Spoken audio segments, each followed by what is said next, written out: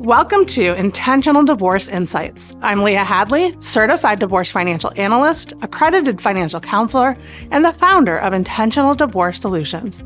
I'll be your guide through the complexities of divorce, finance, and emotional wellness. Join me as we uncover practical tips and empowering insights to help you navigate your divorce with clarity and intention. Hi, and welcome back to Intentional Divorce Insights. It is my pleasure to introduce our guest today, Shaunna Lee. After nearly 20 years in corporate America and surviving 3 divorces, this mom of 4 founded a business that helps women fall in love and make more money. Using various modalities, she works with clients to create a customized wellness plan, set intentions, and manifest success and empowerment. She offers one-on-one coaching, writes books, hosts a podcast. She's a busy lady, and she helps her clients align with who they truly are. Welcome, Shaunna. Thanks for being with us. Thank you. Thank you so much for having me. It's a pleasure to be here. Absolutely. Shaunna, tell us a little bit about you and how you got into the work that you're doing. Oh, well, I got into the work I am doing by intentional accident, I guess is how you would say it. You know, life takes over. And I woke up one day about to turn 40. I was going through my 3rd divorce. I was embracing single motherhood again. And I was, doing what we all do, working in corporate America, trying to juggle family and work and, my own sanity. And then I lost my job. I was laid off for the first time, and newfound appreciation for people who have experienced this. And then I found myself at a new company, at a small startup, and 6 months later was laid off from that position. So 2 jobs in a single year. And I thought, what the heck is going on? Okay, what am I supposed to be doing? And it took me several years after that last divorce to really kind of come to terms with what was my role in each of these relationships ending. What was I supposed to be learning from this whole mess of an experience, and how could I use that to help other people? And so I wrote my first book. I published my first book because I've written several, but it's called So You're Divorced, So What?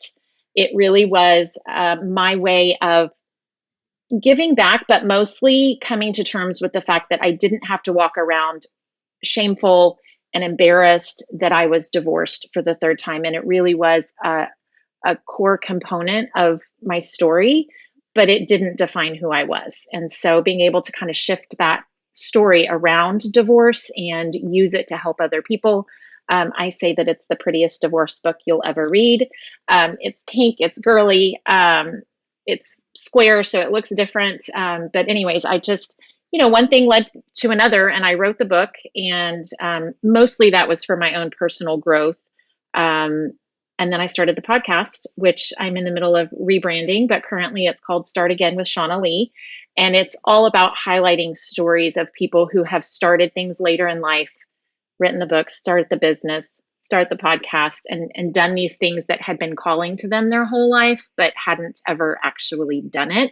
And so I get to talk to all sorts of amazing people, and, no one day looks the same, and I get to give back and help. And hopefully my goal is that I am helping people avoid the pitfalls that I went through and getting them to a better place faster and more efficient than I did. Fantastic. I love even just the title of the book, because I do find that a lot of people feel a lot of shame around, quote, Totally. the D word, right? Yes. It felt like I was like, the Scarlet A, it was the Scarlet D that I was walking around, especially when I was venturing into online dating and this whole idea of like admitting to somebody, oh, I've been divorced 3 times. It's like it instantly told people something about me, which did not feel true at all. Obviously, through my personal growth and development, I have realized, oh, wait, some of that actually was true. So that was on me to kind of heal and work through. But so just being able to let go of the shame and the guilt, and I'm not scarring my children permanently for the rest of their life. Like I'm actually creating a better situation for them. And so, yeah. Fantastic. So I was telling Shauna before she and I came on the recording that I had read one of her blog posts on her website that just really resonated with me, and so I wanted to share a little bit of that particular post with you all, and then Shauna, you and I can kind of talk a little bit more about Sure. the principles. But the blog post is called "How I Used Reiki Principles to Minimize Conflict with My Ex." And I know that a lot of you who are listening do really struggle with conflict with your ex. And so I think this is a great topic. But let me just share how she starts this off. This whole notion of co parenting makes me laugh when I really stop to think about it. Even though I couldn't manage to stay married to this person, I somehow think it's possible to successfully work together to raise our children. We agreed on next to nothing when we were married, but we are under the delusion that we will miraculously figure out how to be on the same page about discipline and consequences. Now listen, he and I have said some pretty terrible things to each other. Our history is tainted with trauma, unhealed wounds, and a good dose of mistreatment. It's so easy for me to label him as this or that. It's simple for me to blame him and feel completely justified. And I have. I have spent many nights drinking wine with my girlfriends, lamenting the shitty hand I was dealt. I've been seething with anger, frustrated by his choices, and downright hurt by his actions. And yet, I know this to be true. It is possible to have a successful working relationship with this person you used to be married to. So, Shauna, I think so many in our audience can really resonate with all that Oh, I for just sure. read right there. Mhm. But you say you know it to be true that you can have a successful working relationship. And you share how these Reiki principles can really be used to minimize conflict. Tell us about that. Yeah, so in this whole healing journey I've been on, I w- got level 2 Reiki certified. And so in the process of that certification, there's these precepts that I'm going to go from memory and see if I can remember all 5 of them. But I talk about it in the blog because before each Reiki session, when you're essentially calling in the divine healing energy to channel through you and go to your client, you have to run through these you run through these precepts, which is kind of a reminder of where we should all be and kind of setting the intention for not only the day and where you want to guide yourself, but specifically for that session. And so the first one is um, just for today, I will let go of anger. Very difficult with an ex. Just for today, I will let go of worry. Also difficult as a single mom. Typically, we're struggling financially. Um, just for today, I will count my many blessings. I will, I'm remembering the Do last one. my work honestly. I will do my work honestly. The last one is the clincher. It's the big one. I will love all living things.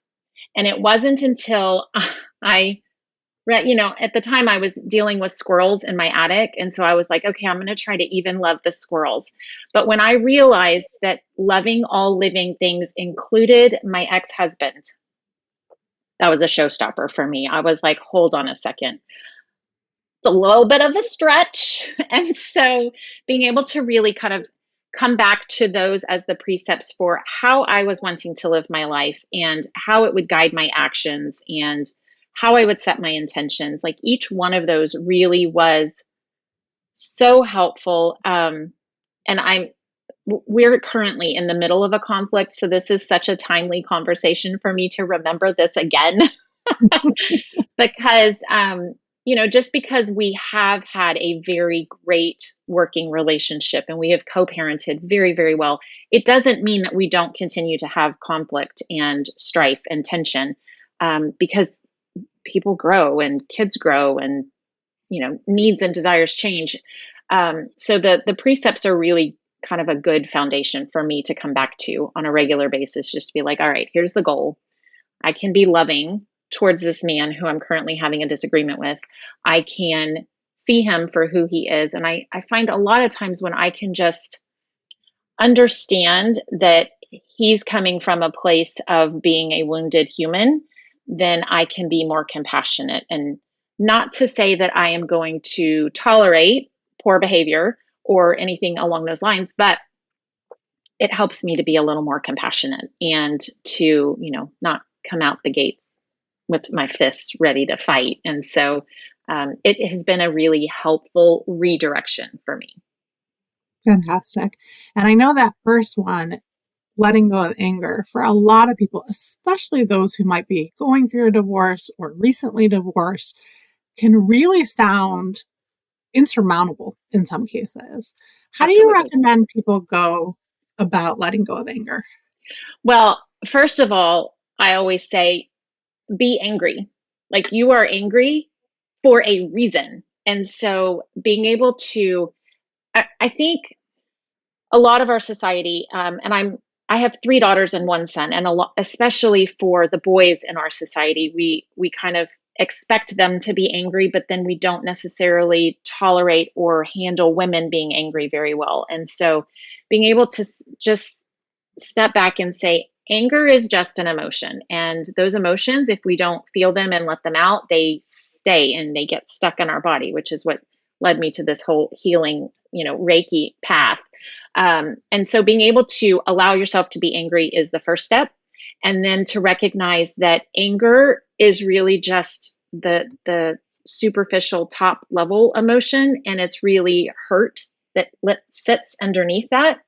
And so when we can sit and really kind of be in that moment of I'm angry because I'm hurt, and why am I hurt, and be able to allow that to come out and up and out, I feel like that's what lets us then let go of anger. It's not realistic to say, okay, today I'm just not going to be angry at this mofo who's doing these things. But if you just sit with, like, it's okay to be angry and you're probably justified, but you don't have to stay angry. And it doesn't serve you or your children very well to sit in anger and to like stew about it, which guilty, I've done it. It's just not very productive. And so being Right. able to just give yourself the moment and then move past it and through it to get past it is kind of, those are my steps. Yeah, Easier said than done as well. of course, of course. Yeah. And you mentioned even like, especially, I guess, as a single mom, letting go of worry can really be a challenge. How do you recommend Oh, people let go of worry? man, I feel like that one felt more impossible to me than letting go of anger. I tend to go straight to the reason I'm angry and go to the hurt a little easier, I think, than most people. So I don't tend to sit in anger very often. But man, have I sat in some worry filled nights and days. And being able to come back to the now moment has been helpful for me. So, one of the examples that causes a lot of worry is typically money. And so being able to say, okay, yes, I can't, kids want to ask for the sky and the moon and the stars, and they want everything that their friends have. And there have been so many moments where I have not been able to actually pay for the thing that they want. And it caused my own worry and strife and stress and guilt and all of the things that came along with that. And so for me to just be like, you know what? Okay, in this moment, no, I can't go buy the thing that they want, but I can do other things. And so I can say, all right, well, I'm not going to worry about that for right now. Doesn't mean I'm kind of giving myself permission. Doesn't mean I'm not going to worry about it later, but maybe I just won't think about that today or for this hour or for these 5 minutes, and just allow myself to shift from the worrying about it to what do I have in this moment? What can I do for my children? What is this creating the opportunity for me to get to do, because I can't go buy the thing, but maybe I can, one example, very specifically, if your kids are wanting to go out to eat, and there's a place called Spare Time here that my kids love to go to, and it's pricey to go and bowl and buy the terrible food that's overpriced and go to the arcade, and $20 per kid is never enough. And so it's just like, it's just one activity, but easily it would be, $100, 150. And so, in moments of not being able to, buy a lot of groceries, that's not a thing that we're going to do. But I could sit back and say, okay, well, one of the traditions I created was family movie night on Friday nights. And it became this thing that my children looked forward to, but it was because it was It was free. We could sit at home and watch a movie. I could make popcorn. Mom could sit on the couch and relax because by Friday I was spent. I could have a Sure. glass of wine. And we were doing this fun family activity, but really it was just giving myself permission to rest and do something that didn't cost a lot of money. And I built it up like it was this fun thing for my children. And it became a core memory for them of something fun that we did together. And I mean, I guess, we as single moms get to be resourceful and creative. And so that was just kind of one of the ways that I would let go of worry. And I would give myself that evening to not worry about the bills that aren't paid or the groceries I need to buy or whatever the thing is. And I could just sit in the moment and enjoy time with my kids and take a break, That's honestly. such a great example, though, because so many um, single moms, single parents struggle with this whole comparison-itis, whether it's, what was it called? Spare time? Is that what it was called? Spare time. Uh-huh. Spare time, or any number of activities that your kids see other families doing or that they want Yeah, to do, but creating something that's really special for your family with the resources that you have available, so that way you're not creating that additional stress of putting out money that you just don't have, which I see a lot of single moms doing, oh, for which sure. it's so hard. Mhm. It is, it is. And that's not to say every, family movie night they loved. And, some nights we would sit there for 30 minutes arguing about what movie we were going to watch. Like, I mean, there was real life that happened as well. But it was fun to look back and recognize that they did appreciate it as they got older and asked, why don't we do family movie night anymore? And, it's because they're different ages and they don't like the same movies and, all the Yeah, reasons. But yeah, yeah, it was a good one. that's terrific.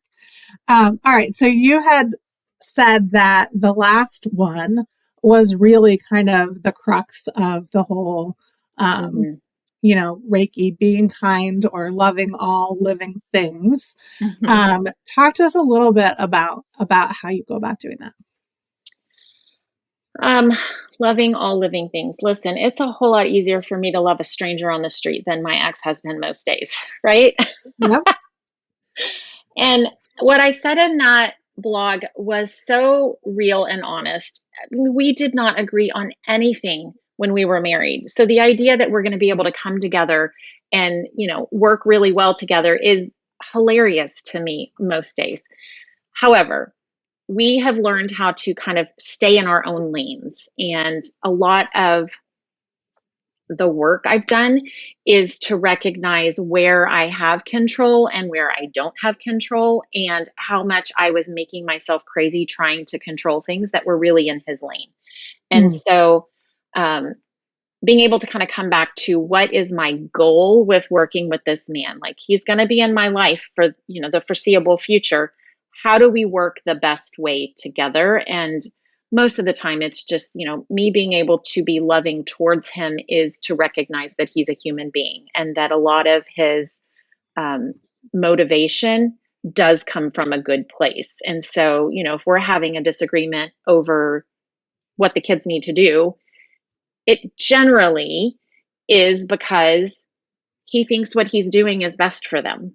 And I think what I'm doing is best for them. And so there have been times where he and I will come together and I will remind him, but also I'm reminding myself, we have the same goal. We're headed in the same direction. We want our children to be happy.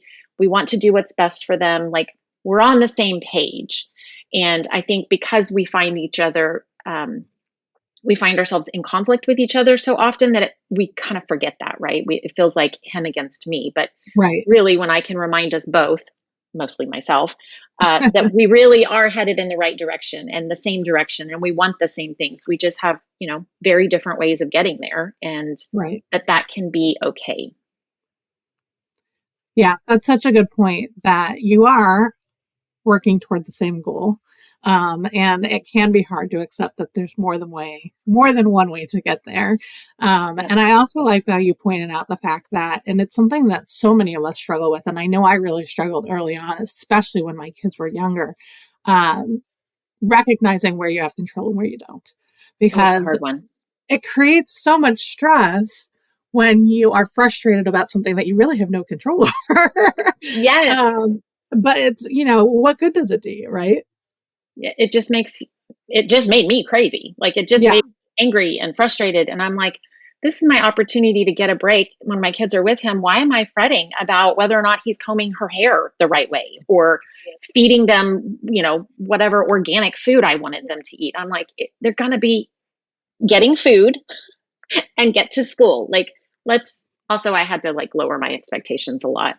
But yeah, it's just, can I control this? Yes or no is a really good starting point. So I noticed also on your website that you not only are an author, but you help other people to write as well. Mm-hmm. Yeah. Tell So, us about that. I basically have struggled in this whole like entrepreneur journey to figure out what my lane looks like. Mm-hmm. How to niche down, like all the business direction is telling you need to be very specific. And here's what I keep coming back to. I just want to help single moms make more money and fall in love again. That at the end of the day, it doesn't matter what product I'm creating, what book I'm writing, what episode on my podcast I'm, delivering. At the end of the day, that's what I want. I want moms, especially single moms, to be happier moms.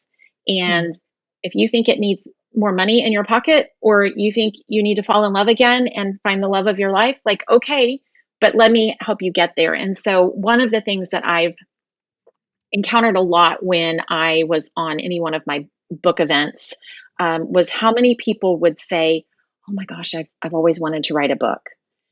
And I am like the poster child for, if I can write a book, anybody can write a book. Because I had wanted to write for years. In high school, I was in the Liberal Arts Academy, and it was a writing intensive program. And I think it's, I was probably 16 when I first thought, oh, I'd love to write a book one day. And then it took me until I was in my 40s to actually do it. And to think about how many years, not that I wasted, because I don't really believe that that's a thing, but how many years I could have been crafting my skill and honing in on getting better as a writer. But, here we are. You start where you are. And I'm just a big proponent of people jumping in and getting started. Like, and the first book is going to be terrible. So like, just write the first bad book so you can get on to the like writing the good stuff. So that's my theory on that. What I love about that is that when you put that out there, that, the first book just isn't going to be good anyway, it takes the pressure off, right? So that way you can just get something out there and keep moving forward. I love that. Yeah. Well, it was when I was taking a writing course, and they said there were two things that came out of that really that stuck with me. And one was, you cannot edit a blank page. Like, you can't even get to the editing until you've written something down to edit. And so I was like, okay, I just need to get words on a paper, so to speak. It was a computer. And then the other piece was that your first draft is always your crappy draft. Like, that's what the editing process is about, is to make it better. And so you have to just get to the part where you have the crappy draft that you can then edit. And not everybody's first book is terrible, but some people get really lucky. No, I think that we all get better the more we do anything, right? And so the more you write and the more books you put out into the world, the better they get. And so, yeah, just get the crappy one done. Shaunna, where can people find out more about you and what you've written? Yeah, so my website is a great place to go. It's ShaunnaLee.com, but Instagram is my favorite place to be. So they can find me on Instagram at simply Shaunna Lee. And Shaunna is spelled ShaunNA. Awesome. Shaunna, thank you again for taking the time to talk with me today, for being here, and for sharing with our audience. Absolutely. Thanks for having me. We will see you next week on Intentional Divorce Insights. Thank you for joining me on Intentional Divorce Insights. It's a privilege to share this time with you. I hope each episode offers valuable guidance to navigate your journey. If you find our content helpful, please leave a review to help others discover the benefits of intentional decision-making in divorce. Until next time, take care and continue to embrace your path with intention.